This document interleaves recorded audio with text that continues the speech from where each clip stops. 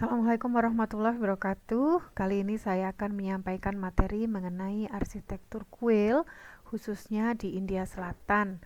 Dalam hal ini yang akan kita bahas lebih dalam adalah mengenai the meaning of sacred profane space and architectural characteristic of each style or uh, in some examples gitu ya. Jadi di beberapa contoh nanti kita akan bahas apa makna ruang-ruang sakral dan profannya, atau bagaimana makna ruang sakral profannya dan bagaimana karakteristik arsitekturalnya.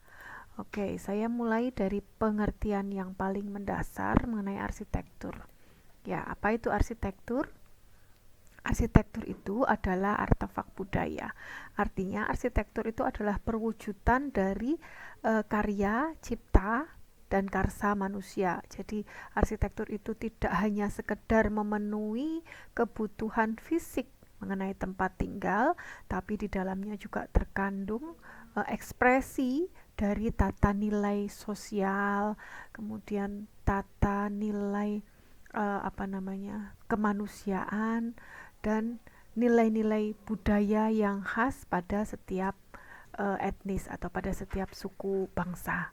Nah, jika kita melihat lingkaran ini adalah lingkungan atau lingkungan kita gitu ya. Nah, ini manusia posisinya ada di tengah. Digambarkan di tengah berarti manusia itu berposisi sebagai pusat di lingkungannya. Manusia itu adalah center di lingkungannya. Jadi perannya sebagai pusat itu adalah pengelola. Jadi pengelola lingkungannya itu amanah yang diberikan Tuhan kepada manusia. Dia adalah pengelola lingkungannya, bukan pengeksploitasi gitu ya. Jadi manusia itu tugasnya terutama adalah mengelola lingkungannya dengan segenap potensi yang sudah diberikan di lingkungan tersebut. Nah, kalau kita pilah atau kita perhatikan betul, lingkungan kita itu terdiri dari dua hal. Yang pertama yang sifatnya empirik, empirik itu yang terindra, dan yang metaempirik atau yang tidak terindra. Tidak terindra ini berarti tidak bisa ditangkap oleh panca indera kita, tidak bisa didengar, tidak bisa dicium baunya, ya, apalagi dilihat, ya. Jadi atau didengar suaranya, ini nggak bisa. Kita harus meyakini ada unsur-unsur yang sifatnya metaempirik. Cara meyakininya gimana? Iya, ini memang tidak bisa dibuktikan secara ilmiah keberadaannya, tapi harus diyakini gitu ya, mudahnya seperti itu. Nah, ini yang kemudian disebut dengan transcendental nature. Mungkin di STA 1 kemarin pernah saya sampaikan bahwa manusia itu punya perasaan misalnya ya. Perasaan itu tidak bisa dilihat, tapi kan dia ada. Nah, itu contoh yang sifatnya metaempirik semacam itu gitu ya. Kemudian, nah ini ada dua garis. Yang pertama garis horizontal dan yang kedua garis vertikal. Manusia ini tidak bisa lepas dari kedua garis ini. Yang pertama, garis horizontalnya yang menunjukkan social relationship, man as social creator to another man, society and nature, dan vertikal lainnya yang merupakan cosmological orientation. Jadi manusia itu mudahnya tidak bisa lepas dari posisinya atau tugasnya atau perannya sebagai makhluk Tuhan, yang kemudian dia membentuk vertical line ini secara kosmologis. Selain itu dia juga tidak akan bisa lepas dari pendahulunya, nenek moyangnya. Jadi sebelum dia ada itu pasti ada orang tua ada orang tuanya lagi, ada lagi orang tua, dan seterusnya, yang orang Jawa itu menyebutnya leluhur ya. Leluhur itu artinya sebenarnya bukan sosok orang tuanya itu, tapi lebih pada nilai-nilai luhurnya yang dibawa atau diwujudkan secara fisik oleh figur-figur tokoh tertentu yang diteladani, yang dicontoh gitu ya. Itu yang kemudian disebut dengan leluhur itu. Jadi manusia tidak akan bisa lepas dengan itu, sebagaimana manusia tidak akan bisa lepas dari masa lalunya gitu ya. Jadi masa lalu, masa sekarang, dan masa yang akan datang itu ada dalam satu garis. Nah, seperti itu kira-kira.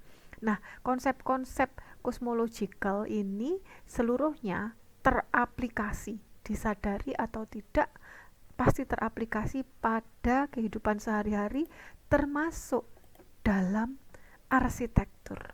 Mengapa begitu? Karena arsitektur ini adalah perwujudan budaya pada lingkungan binaan sebagai ruang untuk kegiatan manusia. Oke, ini saya lewati saja ya. Ini bahasanya agak berat. Saya langsung ke sini saja, ini juga saya lewati ya. Oke. Ini aja deh. Nah, saya langsung ke sini. Ini adalah kosmologi Hindu. Kosmologi Hindu dalam bentuk mandala segitiga. Masyarakat Hindu atau umat Hindu meyakini bahwa dunia ini punya pusat. Dunia punya pusat yang disimbolkan oleh segitiga itu adalah bisa jadi adalah simbol dari gunung. Gunung apa? Yang ada di puncak itu adalah Gunung Semeru, puncaknya, yang dia dikelilingi oleh 7 samudra dan 7 pulau. Nah, gitu. Jadi gambaran kosmologikalnya semacam itu. Nah, yang kita tangkap di sini adalah jangan dilihat nama-nama dan ininya ya, gunung dan lautnya, tapi yang kita tangkap adalah hakikatnya. Ini kita belajar menangkap hakikat. Jadi yang kita tangkap adalah bahwa satu, kosmos atau alam semesta itu punya pusat. Yang kedua, ada tingkatan-tingkatan atau hierarki-hierarki yang ditunjukkan oleh 7 lapisan laut dan 7 lapisan langit. Sehingga ruang di alam semesta itu pasti juga akan memiliki hierarki-hierarki yang berubah secara gradual atau secara berangsur-angsur gitu. Jadi yang pertama punya pusat, yang kedua ada hierarki. Nah, siapa yang menempati pusat itu? Yang menempati pusat itu ternyata adalah juga ini titik yang paling tinggi. Jadi yang di pusat, titik pusatnya ini sekaligus juga yang paling tinggi. Siapa? Yaitu dewa-dewa. Yang paling puncak itu adalah, kalau orang Bali menyebutnya Hyang Widiwase. Saya nggak tahu kalau di India mereka menyebutnya apa, tapi mereka meyakini bahwa yang ada di puncak tertinggi itu adalah puncak tertinggi sekaligus pusat itu adalah Tuhan yang Maha Pencipta, Tuhan yang Maha Esa, yang Maha Kuasa. Nah, manusia itu adalah makhluk ciptaan yang tadi diberi tugas untuk mengelola alam semesta dan dia akan bertanggung jawab nantinya kepada Tuhan. Dia adalah bagian, dalam tanda petik ya, dia adalah bagian dari Tuhan yang berasal dari Tuhan dan nantinya akan kembali ke Tuhan. Bagaimana dia melewati fase-fase itu digambarkan dengan hierarki-hierarki itu. Jadi kita akan selalu temukan hierarki dalam kehidupan, baik hierarki dalam hal misalnya kedewasaan itu ada hierarkinya, sekolah ada hierarkinya. Ini sekarang masih DA berapa nih? DA 2, DA1, DA2, DA3. Jadi ada hierarki, ada tingkatan-tingkatan. Ini sesuatu keniscayaan atau suatu hal yang pasti ada dalam diri manusia. Sama dengan konsep pusat dan titik tertinggi itu. Ini juga hal yang pasti akan ditemukan dalam diri manusia. Selain itu juga konsep empirik dan meta-empirik. Dua hal ini tidak ada dua-duanya ya secara bulat itu adalah dua hal yang niscaya adanya. Oke, ini bentuk tingkatan-tingkatannya. Jadi ada 7 tingkatan semacam ini ya. Kenapa 7? Nah, ini banyak yang menafsirkan ya. Kalau saya karena muslim ya 7 itu kan tinggi. Al-A'raf kalau di Al-Quran itu surat ke-7 Al-A'raf artinya puncak tertinggi. Nah, ini saya tidak tahu kenapa kok bisa sama. Ya, ini ada 7 tingkatan di mana puncaknya itu ada yang ke-7 itu. Oke. Konsep from this cosmological concept that it has center and periphery and the center also become the highest point. It expressed physically or geographically like this. Jadi ada pantai, ada wilayah daratan, dan ada wilayah pegunungan. Ini menunjukkan tingkatan, semuanya dimaknai sebagai satu tingkatan. Oke, ini terjemahannya di Bali. Nah, Ini sekarang yang di India. Di India ternyata ada satu konsep yang sama, that Mount Arunachala with Tiruvannamalai Temple Complex at the base. Jadi gunung adalah orientasi dari kuil. Kuil ini bisa dibangun di gunung atau menghadap ke arah gunung. This is a Tiruvannamalai Temple in Tamil Nadu, South India. Okay. Gunung sebagai pusat, mountain as the center and the highest and the center.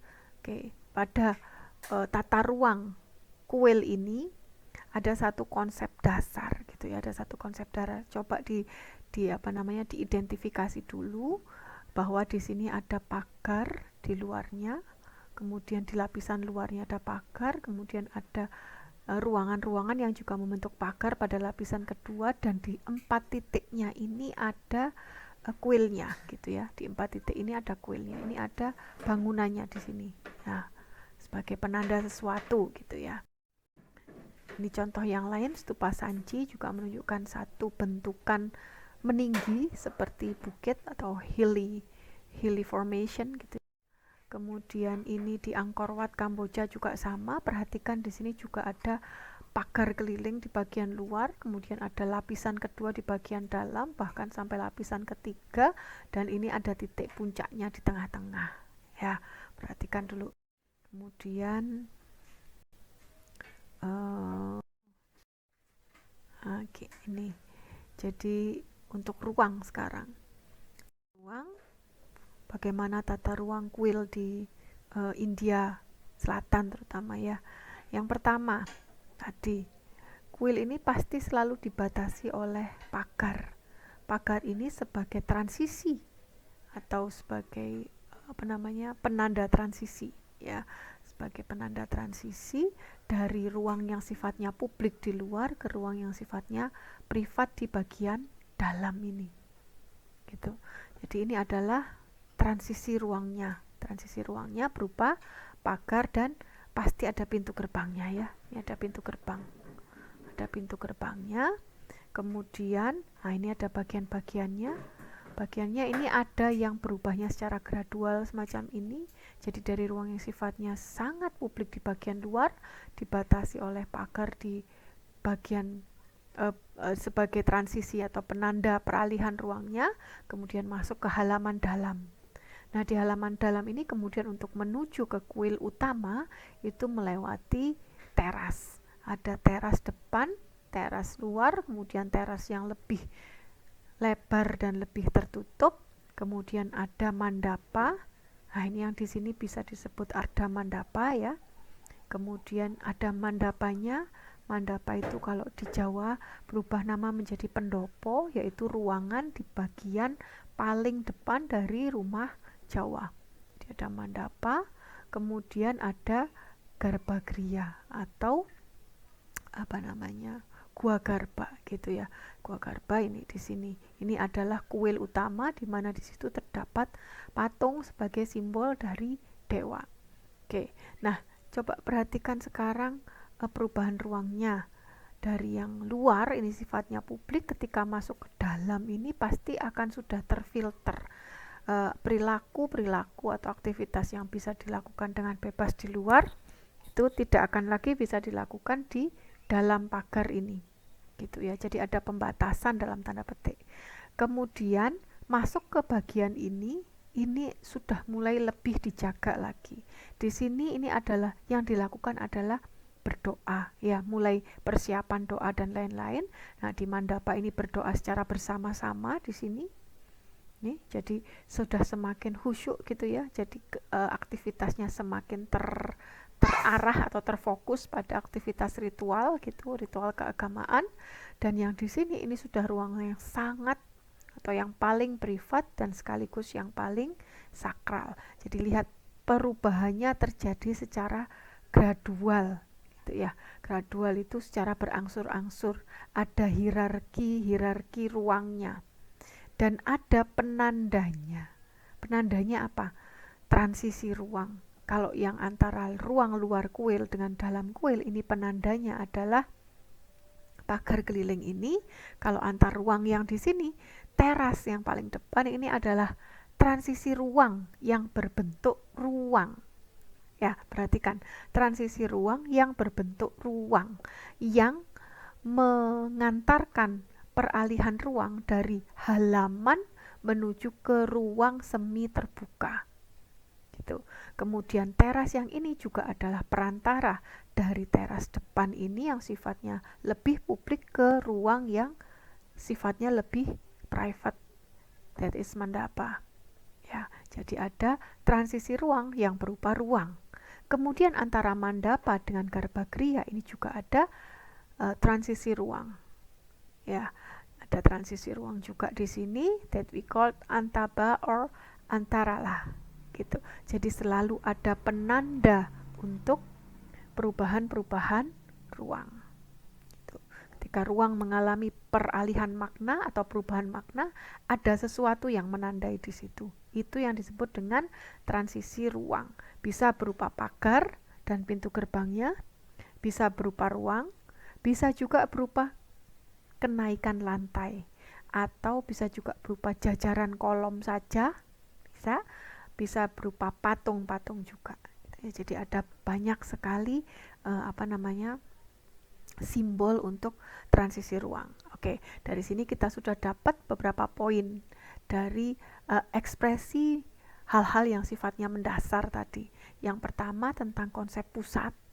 Ya, pusat, titik pusatnya, lihat ini bangunannya yang paling tinggi juga, bangunannya kecil paling tinggi, ini yang paling private sekaligus paling sakral. Kenapa kok pusatnya di sini? Ya karena ini paling tinggi ya. Kemudian ini ada 4 titik mata angin di sini dan ini adalah bangunan utamanya. Gitu.